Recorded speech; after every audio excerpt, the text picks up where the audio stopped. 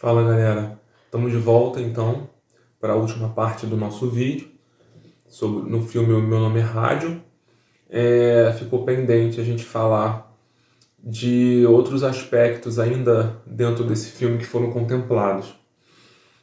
Então, alguns desses aspectos acho que a gente vai tocar mais à frente também com outros filmes, aspectos em comum entre eles que a gente vai tomar como embasamento aqui para comentar esses mesmos exemplos, né, a partir de certos valores.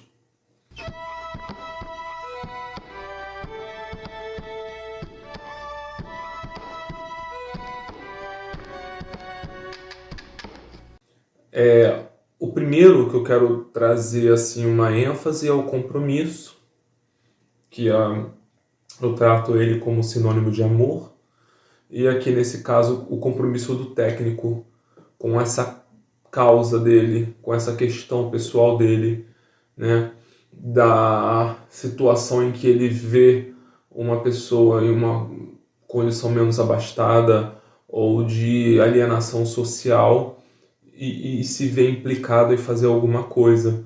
E o compromisso que ele tem com isso levando adiante, aceitando prejuízos, né? Ele enfrenta ali as consequências, né? E isso também, né? Ter compromisso é se ater àquilo com que se compromete. Ter compromisso com alguma coisa é amar também no sentido de cuidar, de preservar, né? A manutenção daquilo que se quer levar adiante. Também tem a questão da disciplina, que aparece no filme. A maneira como logo no começo o técnico já impõe, né, aos atletas que eles não vão ter problema com o rádio, ele já faz no sentido assim de tentar proteger, né, a relação ali, de dar um espaço pro rádio poder estar ali com todos, né? E a punição que o técnico também aplicou aos jogadores como uma demonstração, né, do que poderia acontecer se descumprissem a determinação dele. É uma imposição, o que, claro, assim, é questionável, porém, o que eu estou dizendo é que impõe-se uma disciplina com uma regra geral ali do colégio, né? Assim como no esporte tem as regras e tal, com o intuito de que os atletas sejam disciplinados durante a própria partida, que eles não briguem, que, por exemplo, em vários momentos ali, quando o técnico, o próprio rádio gritaram na beirada do campo, receberam advertência. As manifestações mais assim efusivas, né, eram tolhidas, né? Isso é uma maneira de você manter a disciplina. Tem a disciplina no sentido também de uma aplicação. Aplicação como assim? Você investir em você mesmo, você se focar naquilo que você tem que fazer, como não fazer outras coisas. Se você vai estudar, você se aplica naquilo ali. O que é se aplicar? Focar, reservar os seus recursos de atenção, de compenetração na tarefa que você está interessado. E quando eu digo interessado, por exemplo, você pode estar querendo estudar porque é importante para você e você também quer jogar videogame. Você vai ter que eleger o que é mais importante. Porque muitas vezes a pessoa fala, estudar é mais importante. Mas ela não elege aquilo realmente como mais importante. Daí ela vai e joga. Tipo, eu quero. Eu preciso estudar. Precisar não é decisão. Precisar é um reconhecimento de que é necessário, mas não é uma decisão. A disciplina, o disciplinar-se tem que advir, ou seja, tem que vir de uma decisão. Se você não decidir fazer alguma coisa, você pode até dizer ou ter uma intenção de se disciplinar, mas você não vai conseguir, Ou você vai ter muita dificuldade para conseguir, se você não decidir realmente se focar naquilo. O exemplo da vida financeira. Às vezes você tem uma planilha, por que acontece aquela questão? Economize com 5 passos básicos e a pessoa não consegue. Porque a pessoa chega lá e fala, a partir de agora eu vou economizar. Pô, ela quer economizar. Querer não é poder. Ela tem, às vezes, assim, ela é comedora compulsiva. Como é que ela vai economizar o dinheiro do lanche se ela come compulsivamente? Ainda que ela não seja compulsiva no sentido diagnóstico, tá? Mas uma pessoa que é impulsiva, que ela tem um impulso, ela não se segura. Vamos dizer assim, em termos mais gerais. Se ela não trabalhar nela os motivos que levam ela a comer impulsivamente, por que ela está tão impulsiva, por que ela come daquela maneira, se ela não tentar entender o que dificulta ela a gastar aquele dinheiro, não adianta ela simplesmente dizer, vou economizar. Se ela é uma pessoa que tem dificuldade, é porque ela já tentou e não consegue. E as dicas financeiras, quando eu digo, né, falei lá atrás do primo rico e disse que ele não estava errado. Não é o foco dele, não é a obrigação dele profissional ali de abordar questões pessoais nessa profundidade. Ele diz assim, se você fizer isso, isso e isso, vai chegar naquilo. Ele não está mentindo. O problema está na ideia de que isso seja talvez básico, tá? É básico para a economia, talvez. É básico para a matemática. Mas aí não é básico na vida. E o vídeo é para ser básico na vida. Ele está dizendo para você que na sua vida basta seguir aqueles passos. Não basta, não é bastante. Não basta porque não é bastante. Você se compromete, você faz uma planilha, você vai economizar, você chega na lanchonete e você não consegue economizar. Quando eu digo, né, você passa na porta ali de uma lanchonete, ou você vê uma roupa nova, ou seus amigos chamam você para sair, você não consegue dizer não. Então, tem mais coisas em jogo. Não é tão fácil. E também, para não ser injusto com o Primo Rico ou com vários outros canais, né? Isso é só um exemplo. Ele ainda fala, é preciso que sejam feitos sacrifícios, né?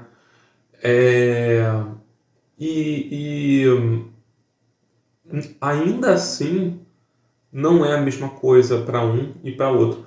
O sacrifício para uma pessoa que é abastada, sacrifício muitas vezes pode ser um sentido de uma condição normal, um valor. Sacrifício pode ser assim, naturalmente, eu me sacrifico porque eu quero chegar onde eu preciso. Uma pessoa que recebe educação financeira, que tem uma coisa mais estruturada na sua família, vai ter um entendimento da economia diferente daquele que não tem. Muitas vezes na subjetividade, muitas vezes ali na maneira de viver, como foi aprendida para aquela pessoa, você não sabe o dia de amanhã, por exemplo. Você pode receber uma educação da sua família que é para aproveitar o agora, você não sabe o dia de amanhã. Para essa pessoa vai ser muito mais difícil economizar do que uma pessoa que tem uma perspectiva, de que tenha um tio ou um pai, alguém próximo, que é rico, que está ali, que de carne e osso. Imagina que você mora em uma comunidade, por exemplo, e os únicos exemplos de pessoas que tenham posse, uma moto maneira, um carro maneiro, sejam os traficantes. O teu exemplo é aquele.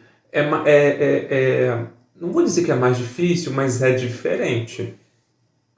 Se você vê assim, o trabalhador ganha 1.000, 2.000 reais e são tudo ferrado. Quem tem dinheiro é quem se corrompe. Você leva isso para sua vida, você pode não querer ser assim, você pode realmente assim fazer praticamente tudo que você quiser fazer, no sentido de você tentar, de investir, você não está preso a isso, mas eu estou dizendo de uma maneira geral, quem recebe uma educação financeira e quem vive com uma família, numa situação que a família vive essa realidade, acredita nesses valores, que você, quando você é assim, você tem um pertencimento a essa família, onde tem uma cobrança que todo mundo se sobressaiu em alguma coisa. É diferente de uma família onde você é o único que estudou, você é o único que está se destacando, onde as pessoas às vezes não veem nem sequer o sentido para que você não gaste nada, onde não gastar nada é ser pobre.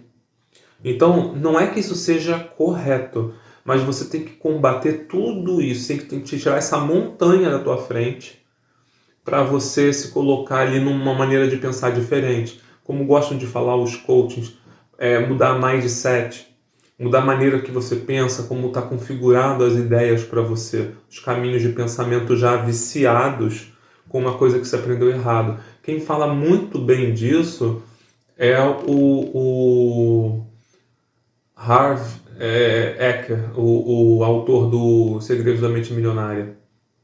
Ele fala muito disso, da tua lida com dinheiro e tal. É um livro muito bom para quem quer pensar sobre realizações em geral. No caso ali, Os Segredos da Mente Milionária, a realização dele é ser milionário, mas ele é um bom exemplo para qualquer tipo de realização. Eu indico muito esse livro. Por exemplo, se você quer ser bailarina ou bailarino, né? Você quer ser piloto de helicóptero, você quer ser... você quer ter uma empresa, não necessariamente ser milionário, você quer ser radialista. Ele é um livro bom para que você entenda tudo que envolve o universo daquilo a que você se propõe a fazer.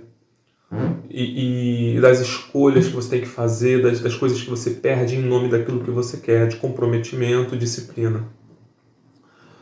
Aí, bom, mudando aqui um pouco de tema, a gente tem a questão das diferenças. Eu acabei de falar um pouco, né, onde cada um nasce, contexto social, cultural, tudo isso. No caso do filme, um começo difícil, né, da adaptação que o rádio enfrentou, e do técnico também, né, deles dois ali, frequentando a lanchonete, os olhares, né, aquele desconforto, ou a dificuldade do rádio sendo zoado lá pelos atletas. No começo batiam nele, jogavam ele no chão, trancaram ele lá naquele armazém, naquele quartinho lá, assustado, jogando coisa nele. Aí ele teve o jogo da escola, ele não foi, ficou lá na escola sozinho. Todas essas dificuldades, as diferenças que nos afastam, né, de uma certa maneira, como se fossem mundos diferentes, né, e a gente vive no mesmo mundo e às vezes não parece. Os comentários na barbearia, comentários maldosos, principalmente do Frank, principalmente no filme era só do Frank. Outros comentários eram um ou outro ali de uma certa insatisfação com o time só, mas os do Frank, né, que tentava fazer a cabeça das pessoas. Os comentários que vinham da diretora pelo receio dela também, né? Ela ressalta as diferenças dele no início de ser um homem negro com deficiência e não sei o que, né? Tipo, como algo que praticamente assim indesejável. Então, muito complicado. Outra questão importante para a gente trazer e olhar nos filmes em geral é a questão da lida ou enfrentamento, né? O técnico sabe que ele vai enfrentar problemas à frente, mas ele fica sempre calmo. Na maior parte do tempo ele está calmo, ele escuta as pessoas. Quando as pessoas vêm falar, ele ouve as pessoas primeiro. Isso é muito bom. E ele, aí, na medida que ele está calmo e que ele ouve as pessoas e tal, ele vai lidando com as coisas passo a passo conforme elas vão acontecendo. Ele não se antecipa.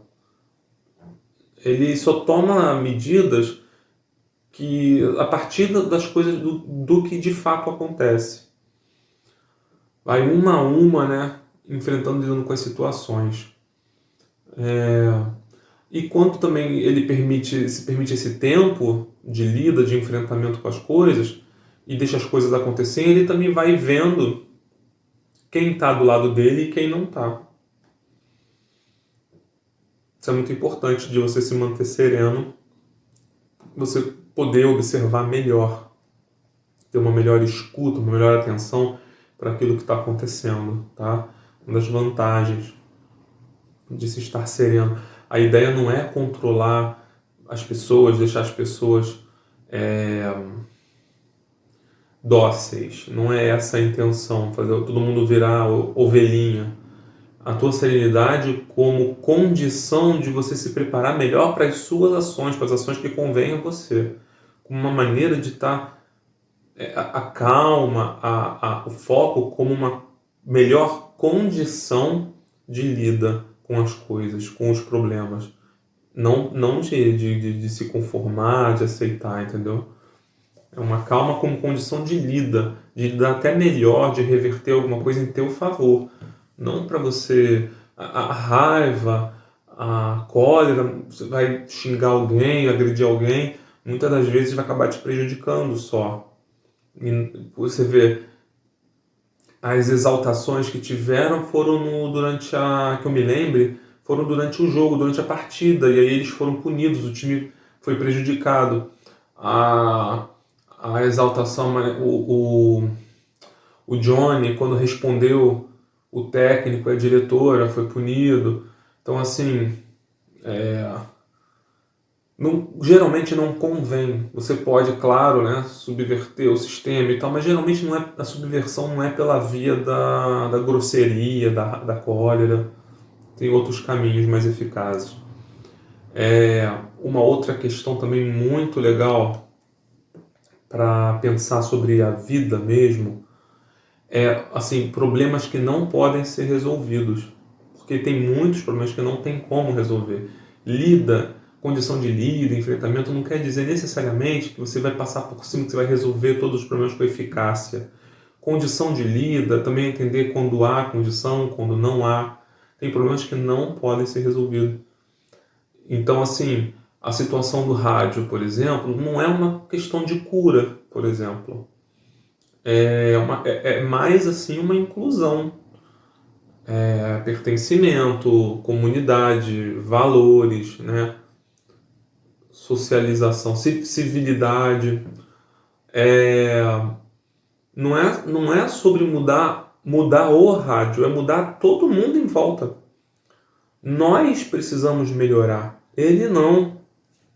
Ele já trata todo mundo com afeto, ele é limitado, cabe a nós compreendermos ele.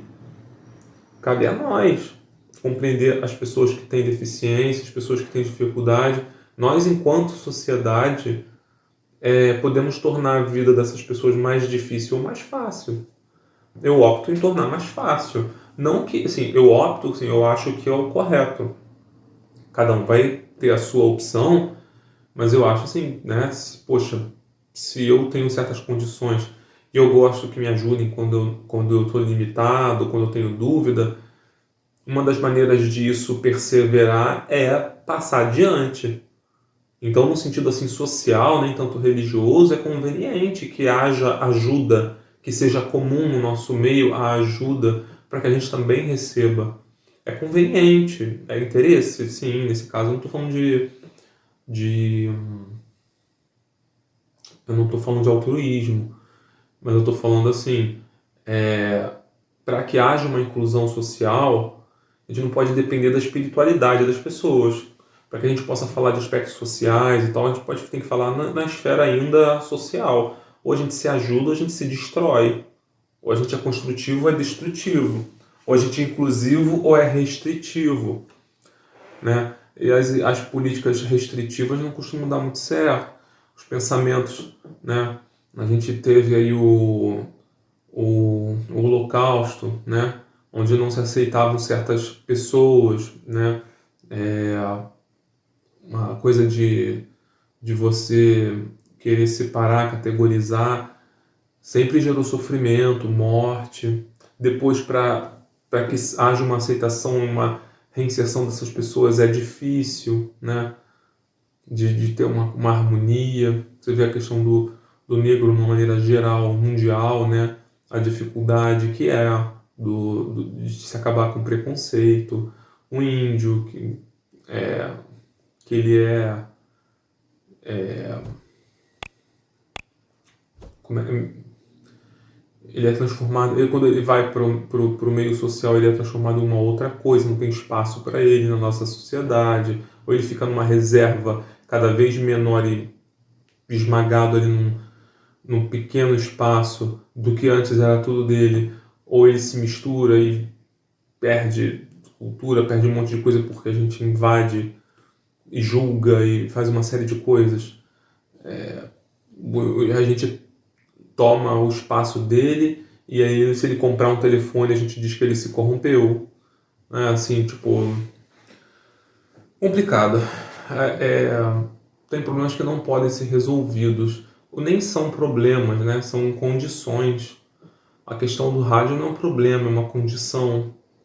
Como é, por exemplo, a inclusão agora mais recente de pessoas dentro do espectro autista, nas políticas, em transporte público, espaços e tudo, para ser pensado, né? Como é que a gente faz para poder conviver com todo mundo, nós, né, entre todos, com harmonia.